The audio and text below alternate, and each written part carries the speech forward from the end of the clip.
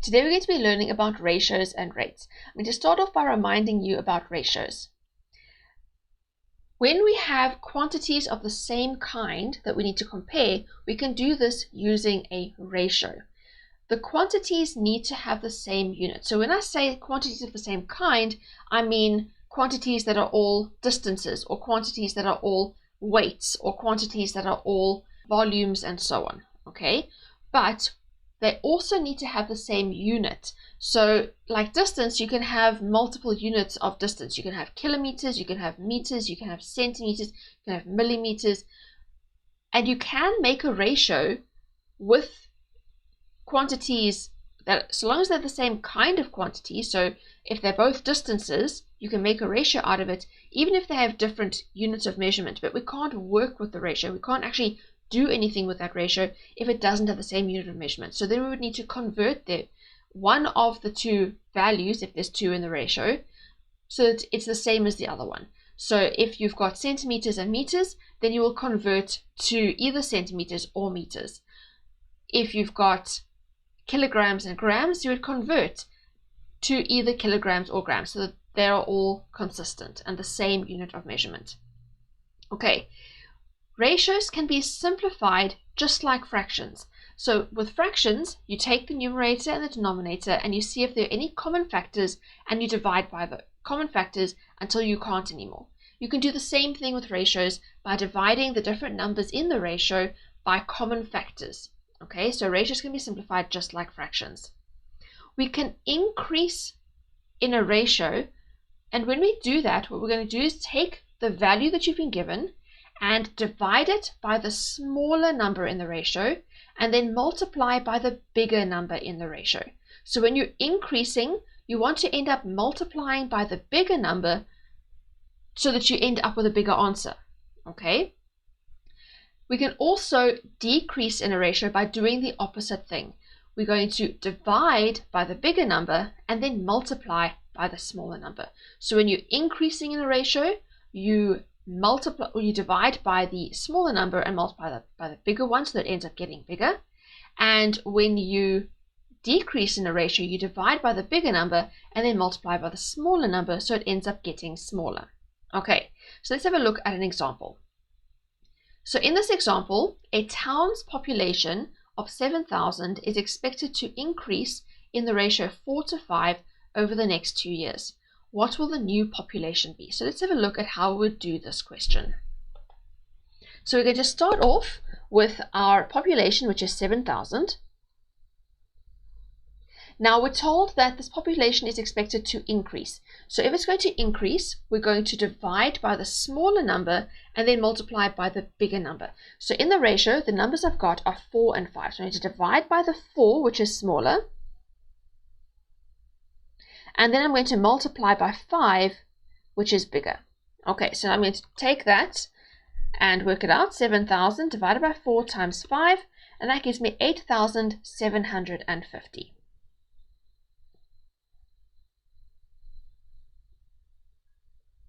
And I need to give that answer back in context again, because I was given the question contextually, so I need to give the answer back in context. So this is population, so it's people. So this is going to be 8,750 people. Okay. So that is increasing and decreasing in a ratio. Now you can also share out an amount in a ratio as well.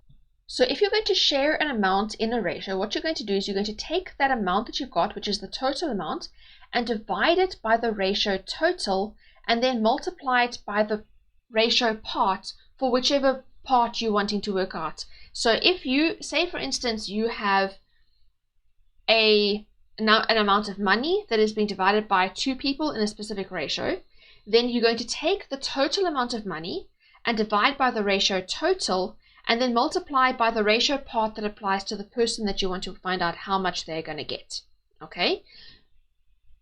When you're doing something like this, you always are going to divide by what you have and multiply by what you want. So if you already know the total amount, then you're going to divide by the ratio total and multiply by the ratio part that you're trying to work out.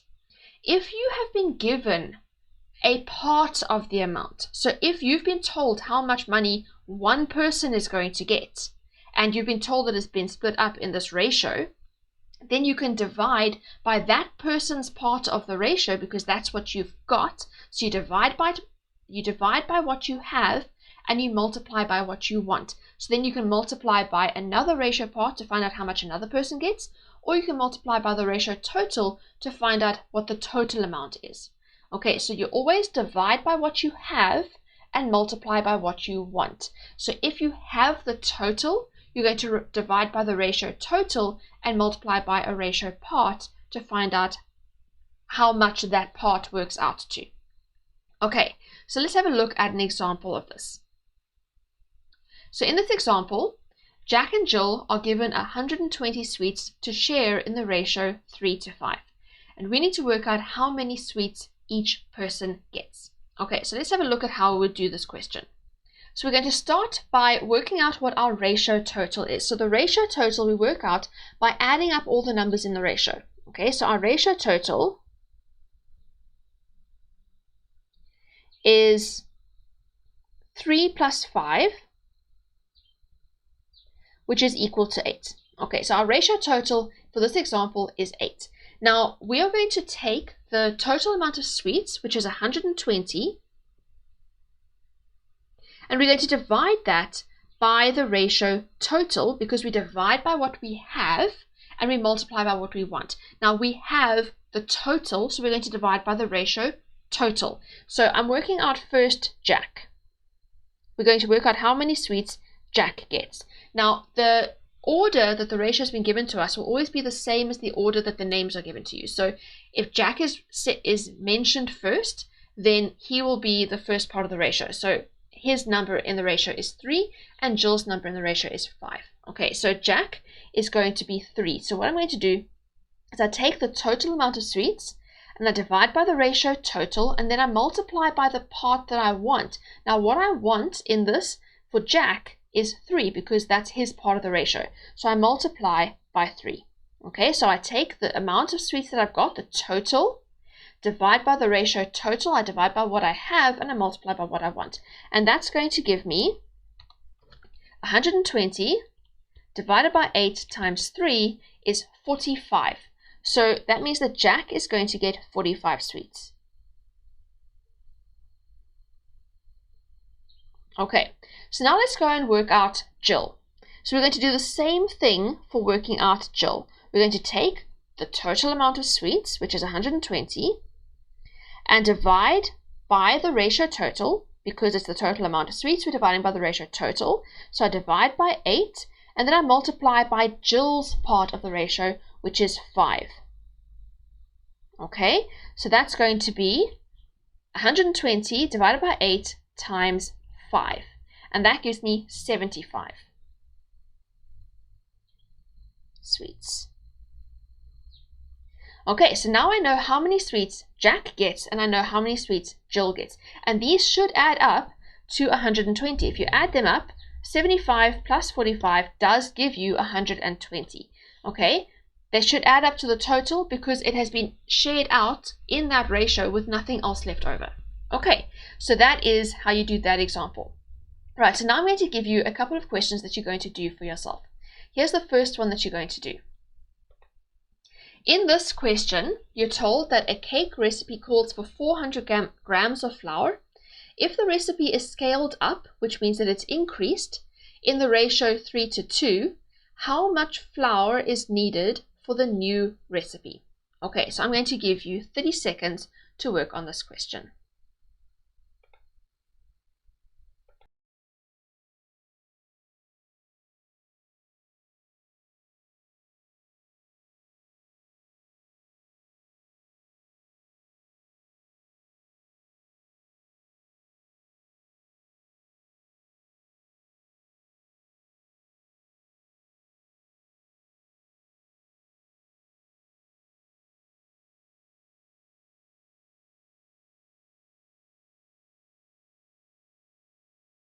Okay, so let's go through that question quickly.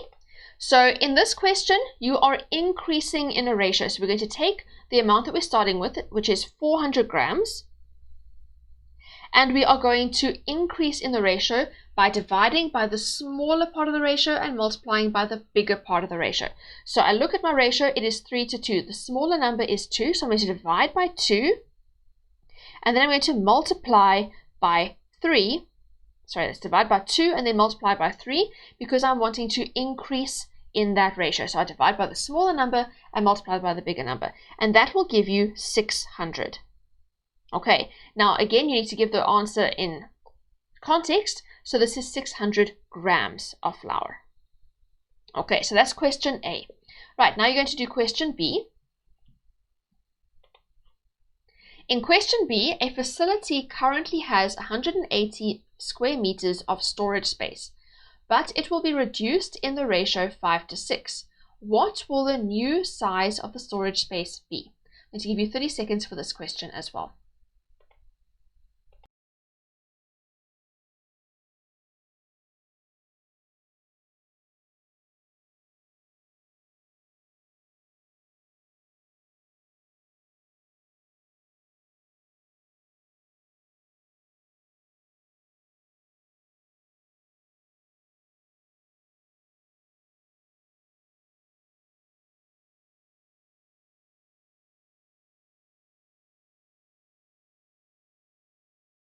Okay, so let's go through that question. So for this one, we're starting with 180. Okay, and now we are decreasing in a ratio.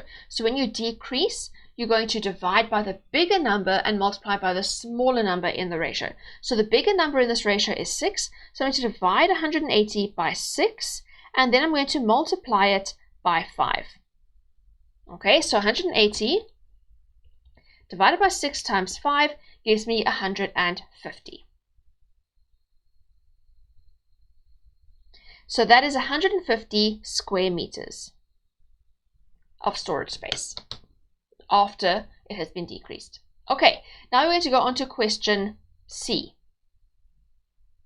So in this question, a cake is cut into 40 slices and shared between Emma's family and Sarah's family in the ratio 2 to 3. How many slices does each family get? Okay, so I'm going to give you 1 minute to work on this question.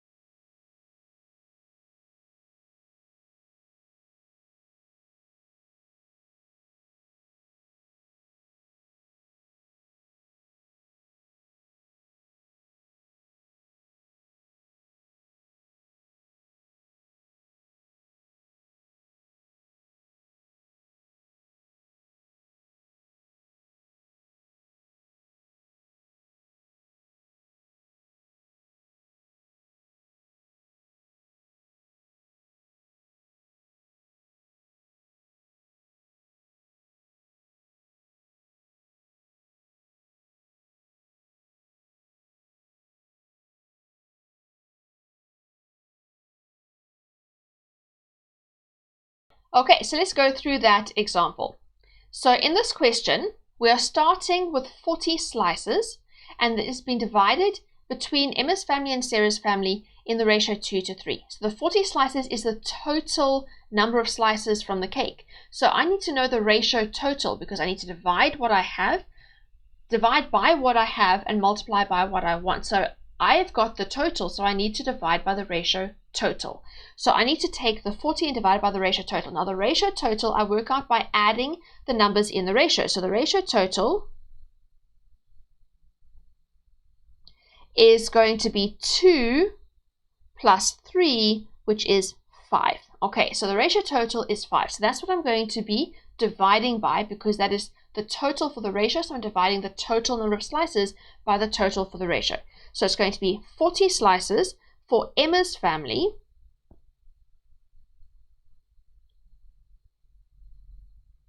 I'm going to take the 40 slices, divide it by what I have, which is the ratio total, and multiply by what I want, which is Emma's family's part of the ratio. Now, Emma's family's part of the ratio is going to be the 2 because Emma's family was mentioned first. So it's the first part of the ratio. So I'm going to multiply that by 2. Then when I work it out, I'm going to end up with 16 slices. So Emma's family gets 16 slices out of the 40.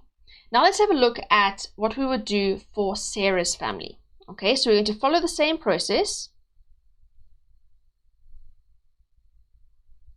Okay, so Sarah's family, we're also going to take the 40, which is the total number of slices, and divide it by the ratio total, which is 5. Then we're going to multiply by Sarah's family's part of the ratio, which is 3. So I'm going to multiply by 3. So I divide by what I have and I multiply by what I want, and that is going to give me 24 slices. So that's what you should have got for question C, that Emma's family gets 16 slices and Sarah's family gets 24 slices. Okay, now you're going to go on to question D. Now in question D, a fruit bowl contains apples, bananas, and oranges in the ratio 7:1:4.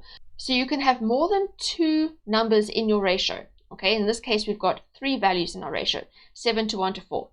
If there are 28 apples, how many fruits are there in total? So now this one is a little bit different, because here you're starting with the number of one of the parts of the ratio, and we need to work out the total. So you're going to do it backwards. But remember, you still follow the same concept where you divide by what you have and you multiply by what you want. Okay, so I need to give you 1 minute to work on this question as well.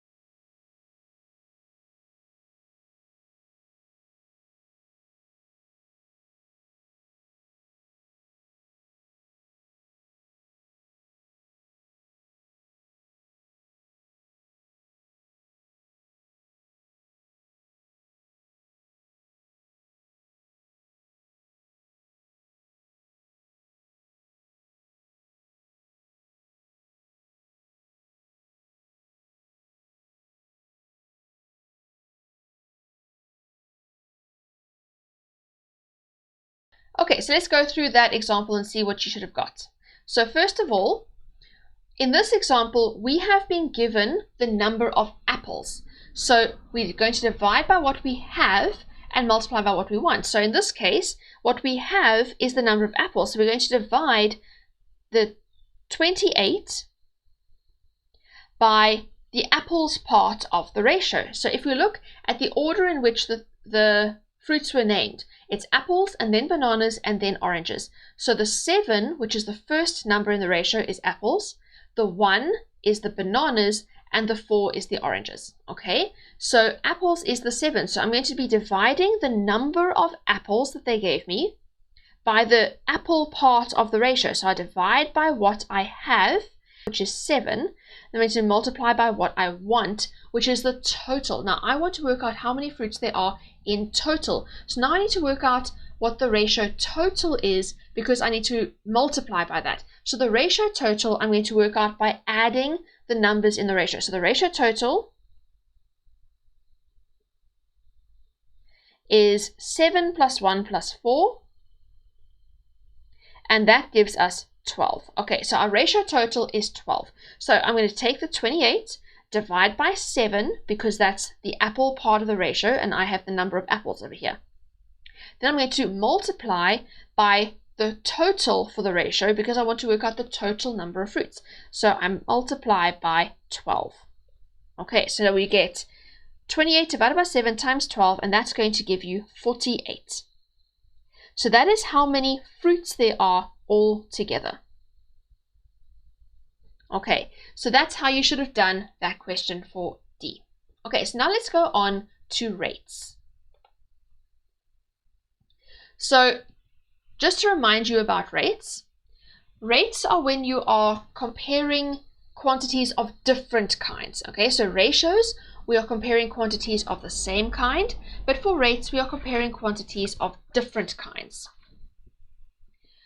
The units of measurement for rates must be consistent. They're not going to be the same units of measurement because they're not the same kinds of quantities, but they need to be consistent. So if you are working, say, with speed, distance, and time, then your speed would be in perhaps kilometers per hour, then your time must be hours and your distance must be kilometers, consistent with the units in the speed. Okay, so your units of measurement must be consistent. You can't be working with kilometers per hour and then be working with meters in the same calculation, because kilometers and meters aren't consistent. So you need to make sure that you are consistent with your units of measurement. Okay, then here are some formulae that you should know. First of all, speed, distance, and time are a large part of the rate section that we're going to be working with. So the speed, distance, time formulas that you need to know. First of all, speed is distance divided by time. Okay, if you think about how speed is measured, say for instance when you're driving on the road, the speed limit is 60 kilometers per hour. It's kilometers per hour means kilometers divided by hours. So when you are working out speed, it's distance, which your kilometers is distance, and your time, your hours is time. So it's distance divided by time. So speed is distance divided by time. Now this can also be written differently. If you want to work out what the time is, then it's time is equal to distance divided by speed. Or if you wanted to work out what the distance is, you multiply the speed and the time together. An easy way to help you to remember these three formulae is to use a triangle like this. And you can get this triangle by using what you know about speed and how it is measured. So speed is distance divided by time. Just think of speed being kilometers per hour. Kilometers is distance, and that goes over time, which is hours. Okay, so speed is distance over time. The distance has to go at the top of your triangle. So if you just look over here, speed is measured in kilometers per hour. That's one unit of measurement for speed. It's not the only one, but it is one unit of measurement for speed. So speed is going to be over here in the bottom of our triangle because it's not at the top of a fraction anyway. Okay, if you look at the way it is measured, this per sign over here, this is actually a division sign. So that is like a fraction line. So at the top of our fraction is the kilometers. That is our distance. Okay, so it goes at the top of our triangle. So the distance, the one that is at the top of the fraction in your unit of measurement over here, goes at the top of the triangle. And then the other two things go at the bottom. The speed and the time, which in this case is measured in hours, is also going to go at the bottom. So if you can make your triangle, you can then use it to help you to get your formulae. So if you look over here, speed is distance over time. So here, speed is distance over time. Or time is distance over speed. Over here, time is distance over speed. And over here, if they're next to each other, it means that they must be multiplied together. So distance is speed times time, or speed multiplied by time. So over here, distance is speed multiplied by time. So if you have the triangle, you can use it to help you to get the formulae. You don't have to memorize the formulae. Okay, so it helps if you know what that triangle is, but it also helps to know how to get the triangle. Okay, so now let's have a look at some other formulae, because you're not only going to be working with speed, distance, and time. You also get rates with other things as well. So if you have a different kind of rate that isn't a speed rate, then your rate will be often in terms of time. It's not always going to be in terms of time, but it will often be in terms of time. So your rate would be a quantity over time. So it could be something like the number of pages that you read in an hour, or it could be something like the number of cookies that you bake in 10 minutes, or something like that. So the rate is the speed that you're reading, or the speed that you are baking, or something like that. So it can also not, it doesn't necessarily have to be in terms of distance and time. It can be any other quantity in terms of time as well. So that is one way that you can have rates. But like I said, it's not always going to be in terms of time. You can also have rates that are different, that have nothing to do with time. And I'm going to show you a couple of examples like that as well. But most of the time it would be in terms of time. Okay, so we have a rate would be a quantity over time. Then we can also write that as time is equal to the quantity divided by the rate, or the quantity is the rate multiplied by the time. Now, just like we were able to make a triangle for the speed, distance, and time one, we can make a triangle for a general idea like this as well. So we can say in our triangle, the quantity will be at the top. So like in speed, distance, and time, the quantity is the number of meters that you go, or the number of kilometers that you go. It's the distance, okay? So it goes at the top. The quantity goes at the top of your fraction, or of your triangle. Then the rate will be at the bottom on one side, and the bottom on the other side will be your time, or if it's not in terms of time, it'll be your other quantity. So if you're doing something like the number of eggs in a box of eggs, then it would also be a rate. Your rate would be over here, and then the top number would be the number of eggs, and the bottom number would be the number of boxes. Okay, so the quantity 2 would be one of the two values as well. Okay, so it doesn't necessarily have to be time, but most of the time it would be. So if you're able to make your triangle, then it will help you to be able to work out things like this. Also, your triangle, you can, if you are told to do the rate as, say, liters per second or something, then they're telling you what the rate should be. So if it's liters per second, the liters will be your top, so that would be your capacity, and the seconds would be time, so that would be at the bottom over here. Okay, so you can also be told to do the rate in a specific format, and then you will use that format to help you to make your triangle. Okay, so let's have a look at a couple of examples. The first example is this one over here, where we have a car traveling 20 kilometers in 15 minutes. We need to work out how far the car will travel in 1.5 hours if they maintain the same constant speed. Okay, so to work this out, the first thing we need to do is work out what the speed is, because they haven't told us what the speed is. They told us how far the car went and how long the car took to go that far in the 20 kilometers and 15 minutes part of the question. So we have to use that to work out the speed at which the car is traveling. Then we're going to use the speed to help us to work out how far the car can go in 1.5 hours. Okay, so let's have a look at how we do this question. So we're going to start off by working with the 20 kilometers in 15 minutes, but before I can do it, I need to make sure that I'm working with consistent units of measurement. So if I have got 15 minutes, but I also have 1.5 hours, I need to make sure that I'm working with consistent units of measurement. So what I'm going to do is I'm going to convert the 15 minutes to hours. Okay, so I'm going to say that 15 minutes is the same as a quarter of an hour, or 0.25 hours. Okay, so 15 minutes, that's my time, is the same as 0.25 hours. Okay.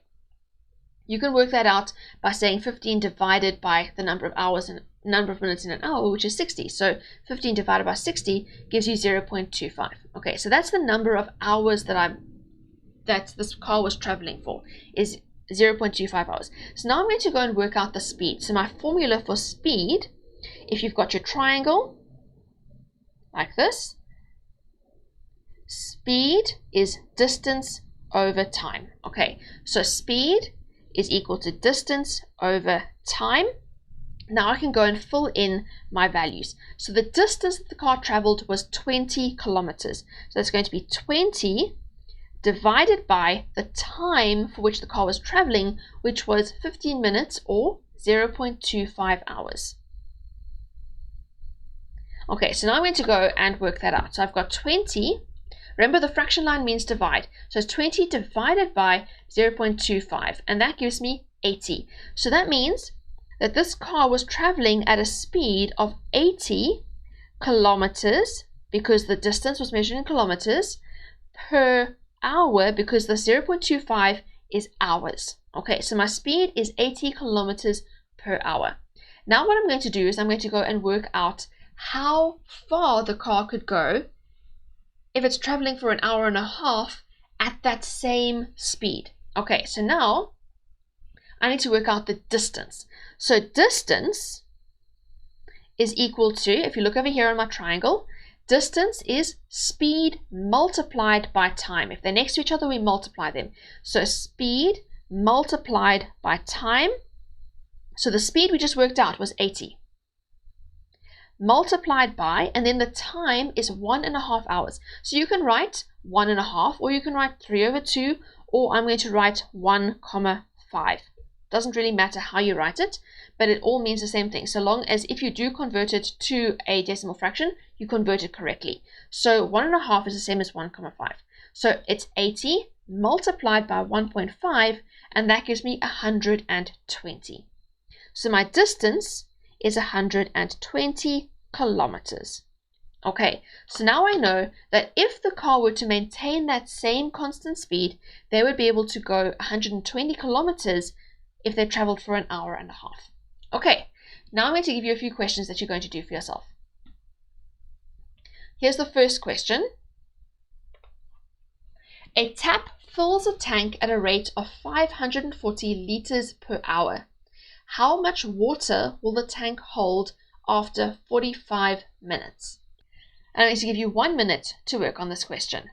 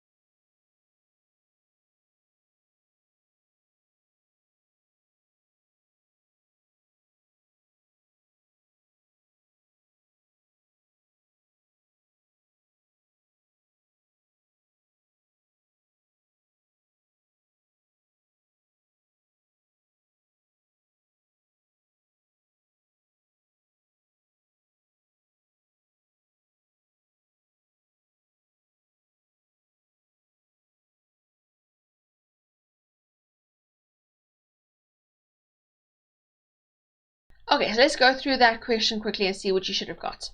So first of all, in this question, we are working with the rate at which a tap fills a tank with water. Okay, so we've been told the rate is 540 liters per hour, and we need to work out how much water the tank will hold after 45 minutes. Now, there's already a problem there because we have to work with the same unit of measurement. So now, the 540 liters per hour obviously is per hour, and the 45 minutes is not hours. So I'm going to convert my time from 45 minutes to hours. So my time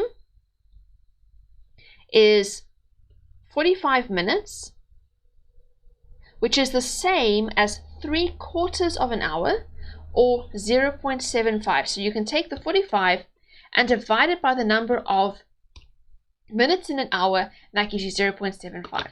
So it's 0.75 hours. So that's what I'm going to be working with for my time, so that I'm working with consistent units of measurement. Okay, then I'm also going to create a triangle for myself to help me with this question.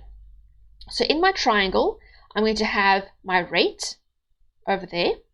Then I'm going to have my quantity, which in this case is the amount of water. Okay, so that's going to be measured in liters. And I'm going to have my time, because it is per hour. Okay, so now when I work this out, I want to work out how much water there will be. So I'm looking to work out the quantity. So the quantity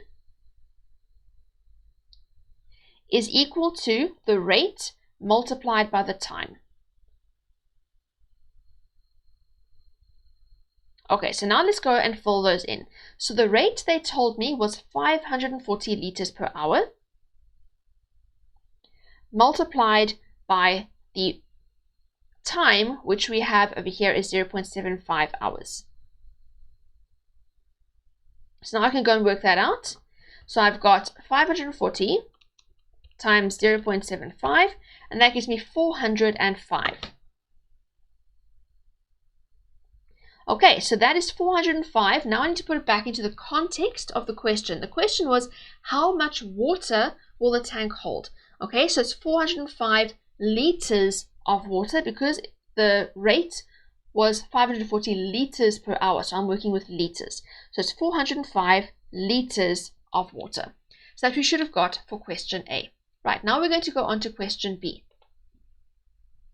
So in question B, a car is traveling at an average speed of 100 kilometers per hour, and it covers a certain distance in 2.5 hours. At what constant speed must the car travel to cover the same distance in 2.25 hours? So I'm going to give you 1 minute to work on this question.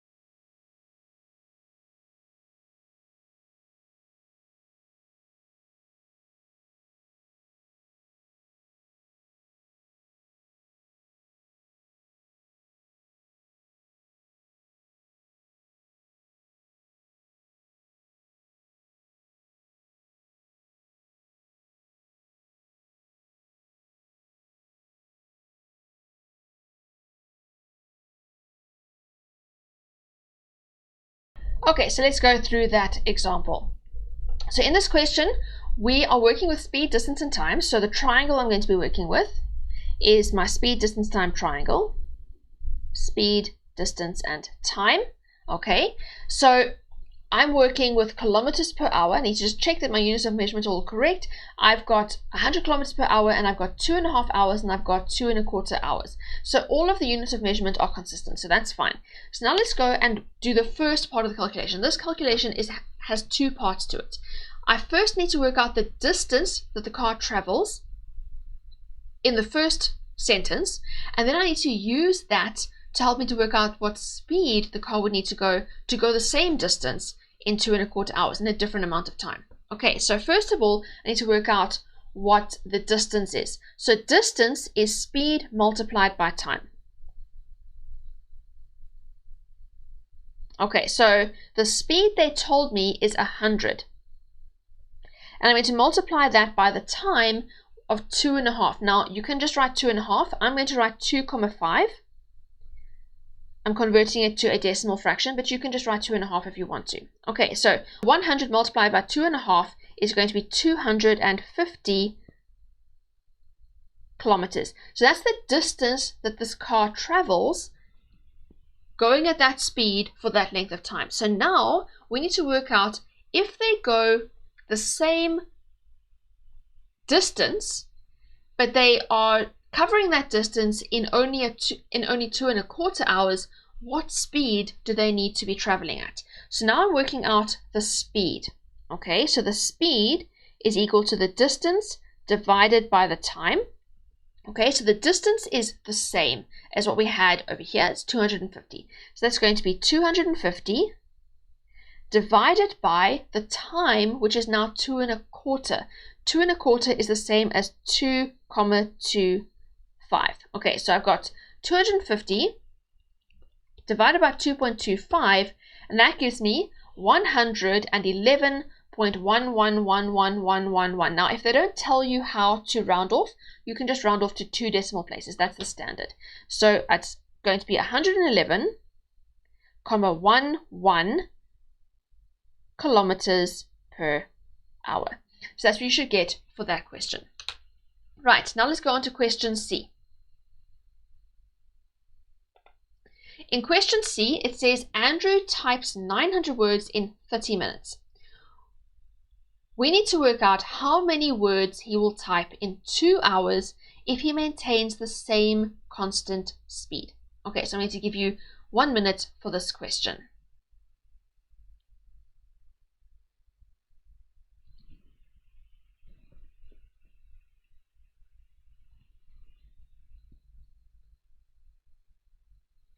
Okay, so I'm going to give you 1 minute for this question as well.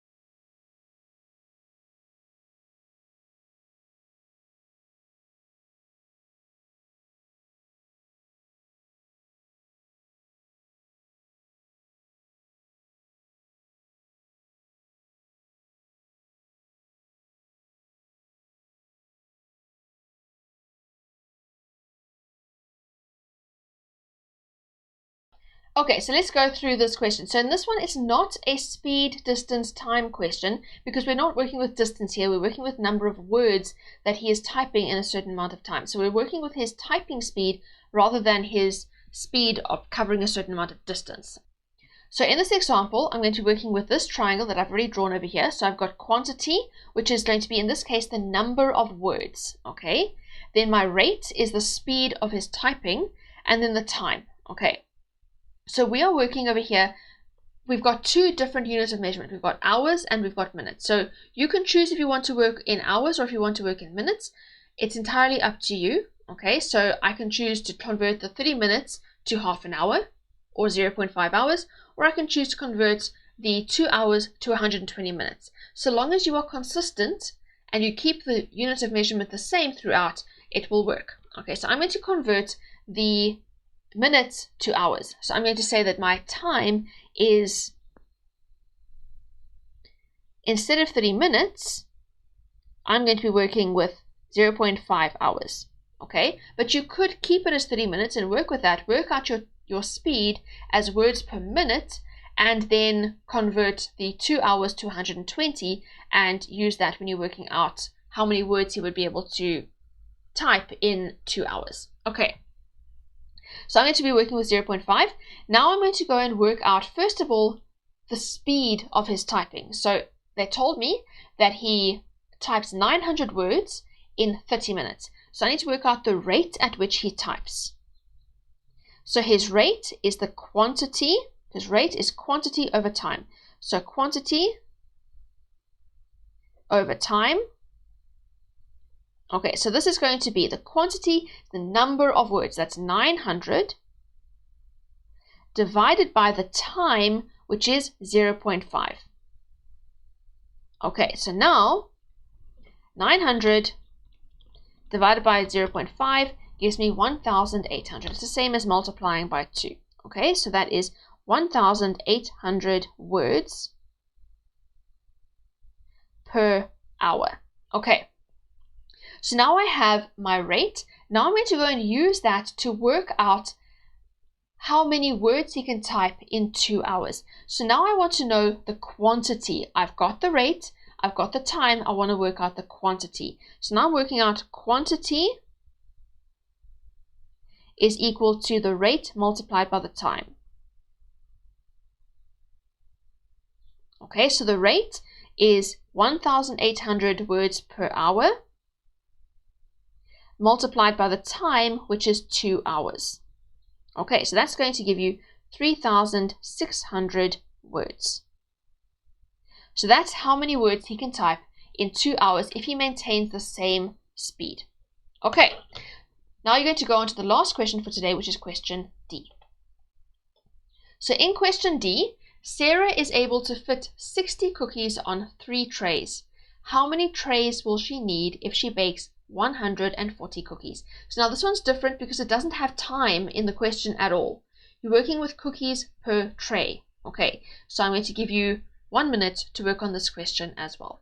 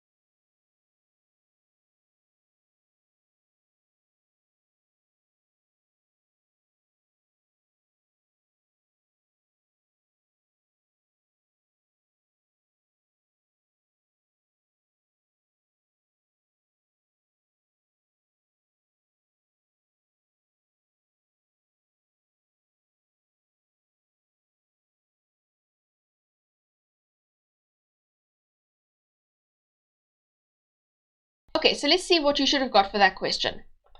So we're going to start off for this question by making a triangle, but it's going to look a little bit different to what we've done before, because in this one we don't have any time. Okay, so in my triangle, I'm going to have at the bottom, like normal over here, rate, and over here I'm going to have quantity. But instead of having time over here, I'm going to just have quantity 2. Okay, so this quantity over here is going to be the number of cookies, and this is going to be the number of trays. So I'm going to be working with the number of cookies per tray. Okay, so that's why the cookies is on the top and the trays is on the bottom, because it's cookies per tray. Okay, so in this example, I've got Sarah is able to fit 60 cookies on 3 trays. So first we need to work out how many cookies she can fit on 1 tray, the rate of cookies per tray. So it's going to be the rate is equal to the quantity divided by the second quantity. So it's going to be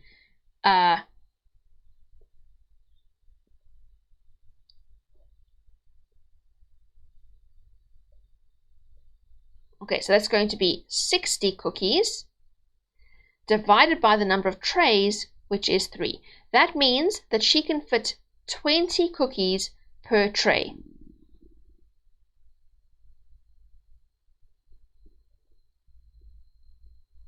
Okay, so that's our rate of cookies per tray.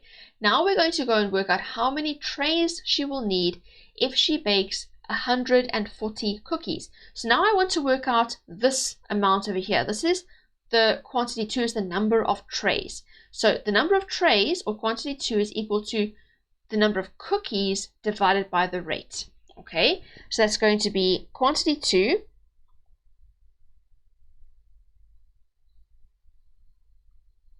is equal to the first quantity, which is the number of cookies, divided by the rate. So that's going to be 20, or sorry, the number of cookies is 140, divided by the rate, which is 20. And that gives us 7 trays. So she will need 7 trays to be able to bake 140 cookies. And that's how we work with ratios and rates. Now that we've learned the concepts in this lesson, it's important to practice, practice, practice. If you haven't already got the worksheet that goes with this video, you can find it by clicking on the link in the description below. The worksheet comes with an extra exercise full of questions for you to work on to master the concepts covered in this lesson. If you found this video helpful, please hit the like button so that others can benefit from it too. Also, be sure to subscribe so that you can easily find my other lessons, and hit the bell so that you will get notified about lessons as I upload them.